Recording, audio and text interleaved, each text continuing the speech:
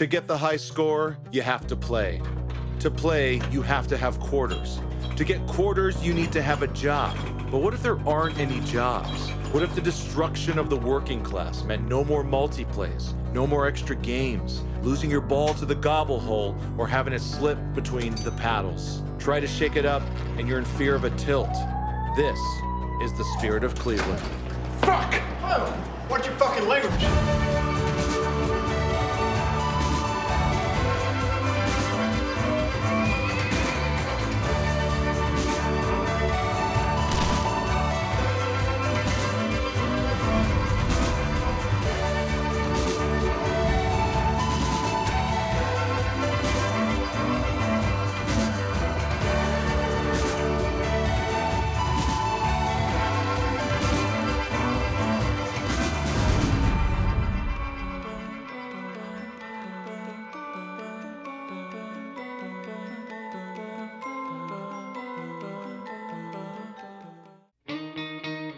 Cleveland is known by many names: Believeland, the Mistake by the Lake, and Cleveland.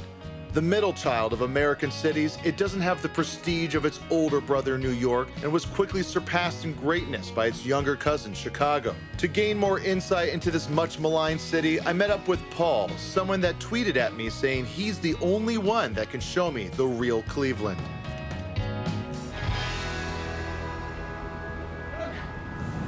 Hey, Jonah.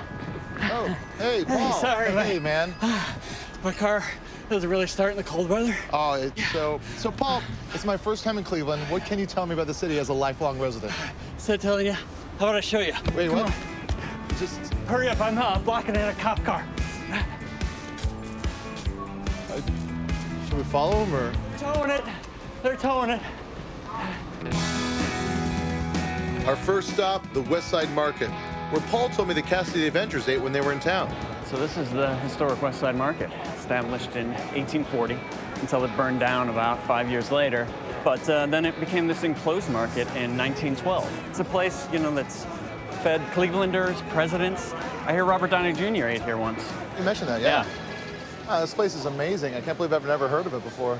Really? I always thought this was the most famous of Cleveland spots. No, I mean, well, maybe, wait, what's it called again? It's Westside Market? No, I'm sorry. This is the Westside Market. Sorry, no, I heard about it. No, you didn't. It's all right.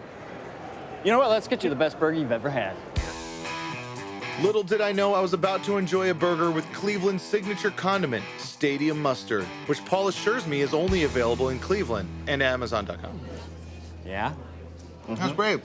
It's kind of like a brown mustard then, right? Yeah. I guess it is kind of like a brown mustard. No. Hey, come on, man. Gross brown mustard, I like like- that you I could like get at brown- any fucking grocery store in the country. It's good. It's a very good mustard. I am so sorry, man. I actually like it a lot. Stop it. Okay.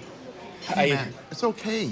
Forget the burger. Forget the mustard. What's like another food that's synonymous with Cleveland? Like, There isn't anything. That's why I chose a condiment. We don't even have a food. no, chili? That's Cincinnati.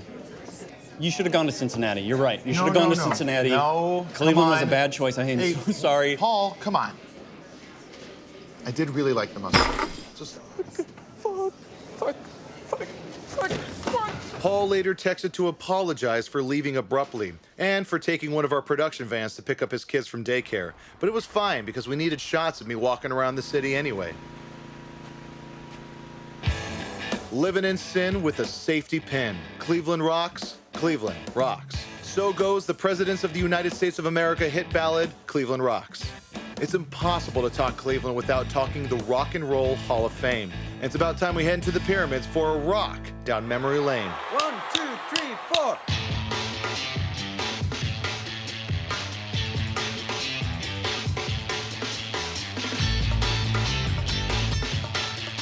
Full disclosure, during the editing of this episode, our legal department delivered an estimate of licensing costs required to air this segment, a sum equaling the budget of roughly 3 whole seasons of Hidden America.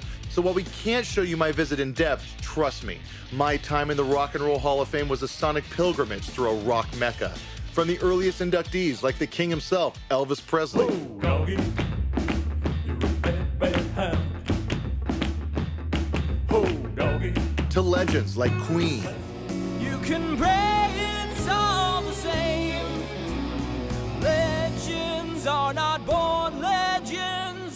and the sonically progressive Talking Heads.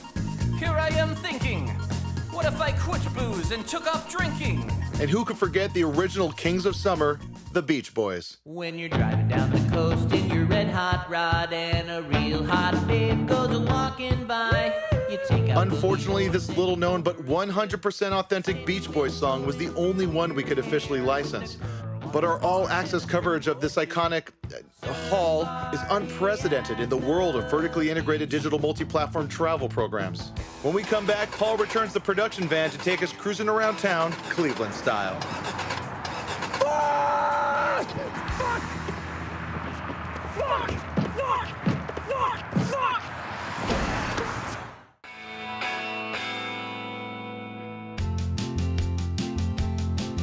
Despite getting off to a rough start, Paul was eager to show us more iconic Cleveland spots, like this building in what I guess is downtown. Standing in greatness, Jonah. The Terminal Tower, 52 stories, 771 feet tall. This was once the second tallest building in the world.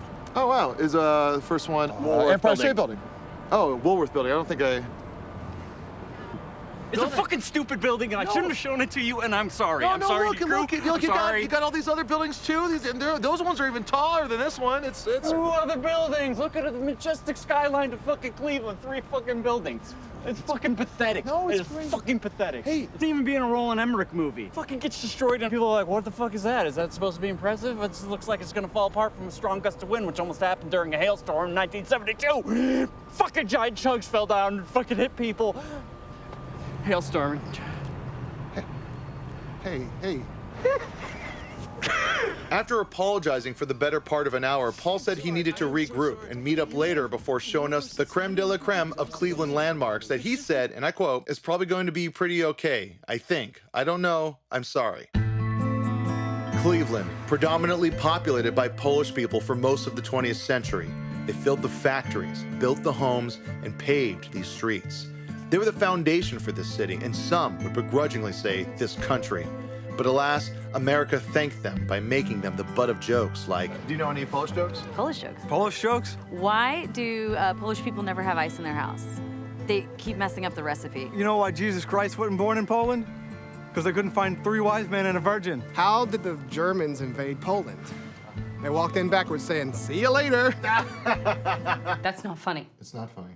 To get a better understanding of the offensive Polak joke, I met up with Polish historian Dr. Leona Józwiak. The Germans did walk into Poland backwards, not because the Polish people were unintelligent, but because that day a very heavy hail was falling on them, and they had to walk backwards to avoid being clobbered in the face by pieces of ice. When ignorant people like you, no offense, are laughing at that kind of joke, you are, in effect, laughing at the suffering of the Polish people during the German occupation. Leona, fighting the good fight of prejudice against Polacks, Poles, frequently brings her lecture on the matter to the public. Giving me this opportunity to clear up some misconceptions about the Polish people.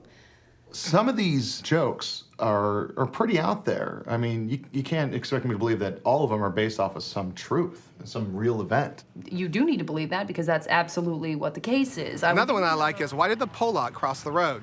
Because he had his dick stuck in a chicken. Because you see, it's like the chicken joke. But it's got this dumb Polak fucking a chicken. You know what? This will hit close to home. Did you hear about the Polish beauty contestant who won? No. Yeah. Well, me neither. No, because hygiene was such an issue that many of the women didn't have teeth. That's not funny. Excuse me, this is a tragic story, please. This is the kind of stigma that prevents me from ever publicly talking about my parents' death. This actually might be one that you've heard before. It's about the Polish couple that died at a drive-in movie theater. They froze to death waiting for the movie closed for winter to start. They play that movie every year at the same time as if they are rubbing it in my face.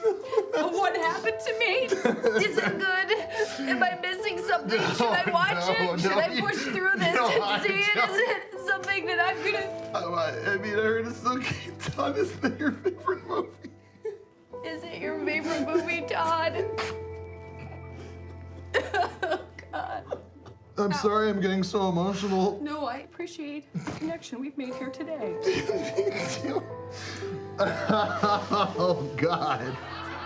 How about the one about the Polish helicopter crash? Yeah, not so funny, is it? Pilot got cold, turned off the fan. That's not a punchline! Come on! What are you doing? The Polish people deserve respect! Oh, no, no! Good night! Leona has a tough road ahead of her, but at least along the way, she'll bring joy and laughter to anyone who will listen. And if you can't see her in person, her new special, Why Are You Laughing, is streaming now only on CISO. With the other four rotating to make it go around! No! The Forest City has a rich tradition of artists and performers that were born or have lived here. It's also the birthplace of Superman, Harvey Pekar, Calvin and Hobbes, and my Uncle Pete Rodriguez, creator of America's most lovable loser, Lil J. I've always felt I shared a special connection with Uncle Pete. Since ending the comic strip in 1997, he's never been able to repeat the success of Lil J, his longest-running and most famous character. With volumes of books that have been translated into over 125 different languages, and even a Christmas special that airs every year. I'm making a U-log in my pants. Everyone loves the adorable loser that is Lil J. Uncle Pete, Lil J has got to be one of the most iconic characters in comic strip history. I mean, he's the reason for your success. And how did you come up with this character? I mean, this kid is such a loser, you know? It's like, where does the inspiration come from? Well, I got your dad to thank for most of what you see here. He was such an inspiration. He essentially created Lil J. Really? So my dad essentially gave you the seed of inspiration for Lil J? It was his seed, all right. Well, like, was like a drawing, or he came up with the idea? It was his seed. No. It shot right out of him. I'm not sure if I'm getting the analogy, Uncle Pete. It's not an analogy. It's an innuendo. It was his seed. I'm sorry, Uncle Pete. I don't know what you're talking about. Jonah, you're Little J. You're Little J. Wait, no, wait, what? How did you not know this? You're Little J. Little J. It can't be. No. No. This can't be true. This can't be true. It's completely true. Years ago, when I used to crash in your garage, I was trying to write. You'd run in and say the craziest things, and I thought, I just gotta draw this kid. No. What artists do is they take an inspiration from something and then they change every aspect of it, every single aspect of it. No. Everything you said in the comic strip, you said in real life verbatim. Like this. Toilet water tastes much better than sink water. I never said that. Don't leave your underwear out. You know I'm gonna steal it. That was a misunderstanding. And the classic. Sunshine gives me hives. Only when I'm standing in it, Uncle Pete. This is so embarrassing. But people love it. You should be proud. You're the reason Little J's successful. That's why I'm bringing him back. Please don't. I wonder what it'll be like in the future. And there we are, in the future, which is today. What, you based your entire comic strip around me? I'm nothing like Lil J. Wah! Fuck you. I'll see you in court. Say hi to your mom. What's that supposed to mean? I don't remember that comic. Uncle Pete is my dad's brother. He comes over every Sunday for dinner. And after we all finish dinner, sometimes Daddy lets Uncle Pete play with Mommy. But Daddy doesn't mind. We both get to watch. Good times, Lil J. Garfield and I have a lot in common. We both hate Mondays, but I also hate comic strips. And if Garfield was a real cat, he'd hate comic strips too. They'd literally line his little litter box. That's how unimportant they are to the rest of the world. It's a dying medium, and let me stress, a fictional one.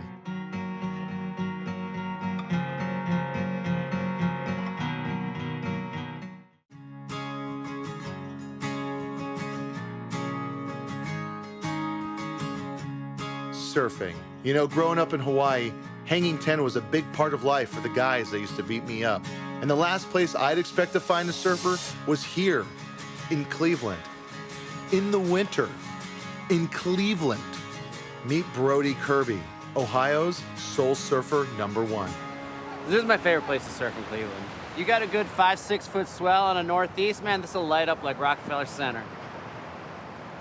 I mean, I've never been to Rockefeller Center, but I know they got a lot of lights. I've never been to New York. I've never been outside of Cleveland. You know, people always ask me, Brody, how can you be a surfer? You've never even seen an ocean. You don't need to see the ocean.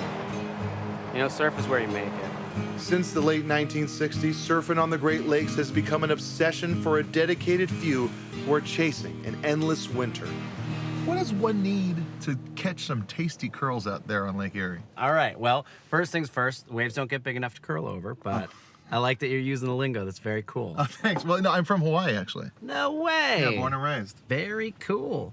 Birthplace of surfing. Yep, yeah, it is. I bet you they're gonna be pretty jealous when they find out you surf some sweet Ohio spots, dude.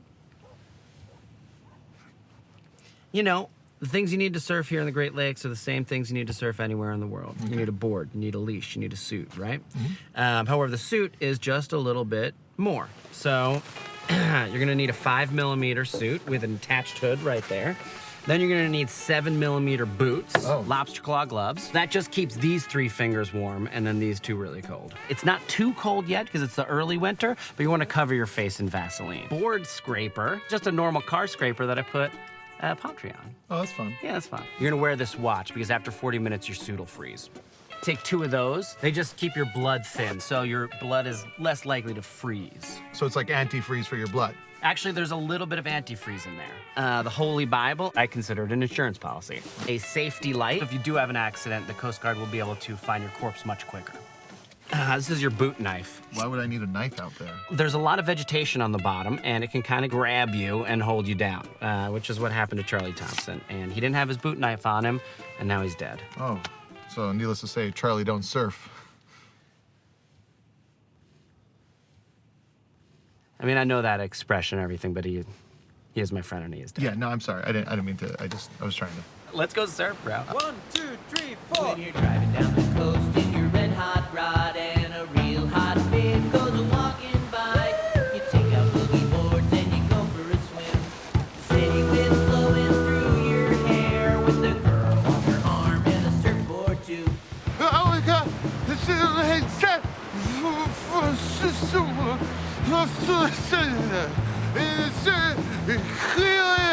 Ohio! Surf party at the beach.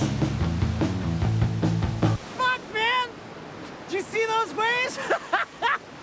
I mean, that was fucking amazing, man. Oh, this is the first time this year I've gotten to surf, and man, I'll just be thinking about this for the next 3 months while it's flat. I love you, Cleveland! Surfing has always been a culture that celebrates the outsider, the loner who only lives for the next wave. Brody Kirby has made a life for himself as a surfer in the middle of a landlocked state. Despite his surroundings, I can't think of a person who better exemplifies what it means to be a true soul surfer. Truth be told, I actually enjoyed the tidbits of history Paul was bestowing upon me. And Paul thought that instead of showing me a man-made spot, he'd show me the natural side of Cleveland. Mighty Cuyahoga River. It's over 100 miles long, formed when the glaciers retreated during the last ice age. Is this the same one that caught on fire? Yeah. But that only happened like 10 or 13 times, and it was a long time ago. I mean, I don't know. It's pretty neat, though. You know, it's like they should put some bars and restaurants in here. That'd be really neat, just along the river. whole thing used to be bars and restaurants. And like 5 people drowned in the span of a month and shut them all down because the regulations got too expensive, the restaurants left, and now nobody comes down here. Can't blame them. The Clevelanders. They know at any moment death could take them in the dumbest fucking way possible. Come on, man, you're being too hard on the city. It's got a ton of cool stuff, like the Rock and Roll Hall of Fame. We shot a really cool segment in the Rock and Roll Hall of Fame. Why do we have that?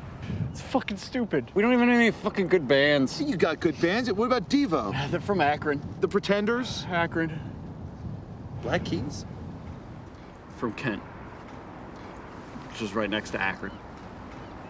You know Michael Stanley? No. Yeah, of course you don't. He's from Cleveland. Even our best sports players from Akron. Jim Brown? LeBron James. Oh. He left us. Yeah, but he came back. For how long, Jonah?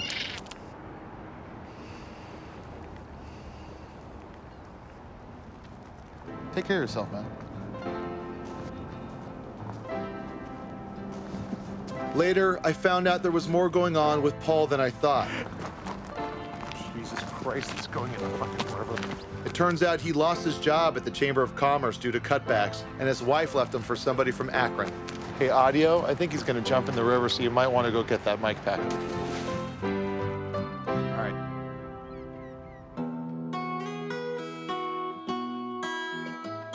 Paul's suicide reminded me that life is short if you want it to be, so it's up to us to make a lasting mark on society.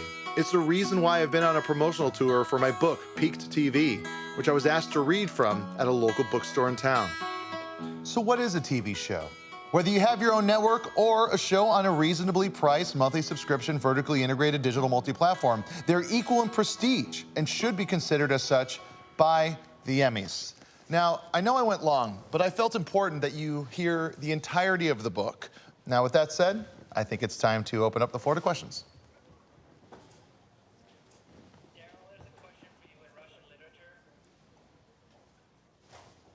Yes. Is that why you killed Chaz Duffy? Because you wanted an Emmy? Okay, like I said at the top of this, I had nothing to do with the deceased's decision to run an electrified bacon shirt in the vicinity of a Duff Industries barbecue sauce sprinkler. Also, if you were paying attention during chapter 13, I cared nothing about petty awards. That's what the whole thing was about. Then why did you kill Chaz Duffy? I didn't. Who did? Nobody. He was electrocuted. I thought you said that he was burned to death. Okay, all right. Well, thank you so much for coming. I will be signing copies of my book in the supernatural romance section. Excuse me, I want one more question. Oh my God, who are you? Just a seeker of truth. Could you sign that? Sure. And then sign this. Oh, what's that? It's a confession. For the murder of Chaz Duffy! I'm not gonna sign that. Okay, well, I tried. You forgot your book. No, I didn't. Buy my cookbook. Buy my cookbook. Buy my cookbook. Hey, we're gonna need this space back now. We can set you up next to the bathroom. The bathroom? I know what you're thinking, but it's a really nice bathroom. It's just, I think... Lots of traffic. Yeah, it'll be fine. Hey! Hey! Cleveland is the epitome of a paradox. A place where water catches fire, surf season is in the winter, and its heroes are imported from Akron. Its residents are constantly optimistic about each new year, but are never surprised when things don't turn out the way they had hoped, because they've never known anything else. The city's tragic past is spoken of wistfully as a time of innocence. Hey. Its citizens ignorant of the decades of misery yet to come, like a parent who longs for the time before their child was diagnosed with autism. Hey. But some things once known cannot be forgotten, and all that's left to do is carry on, hoping that tomorrow things will be different in hidden America.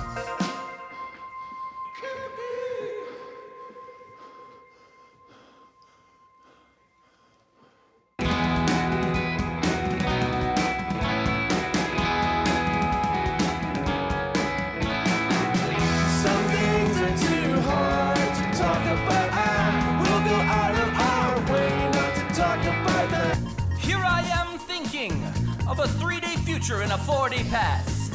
Here I am thinking, wow, this mirror looks awfully flat.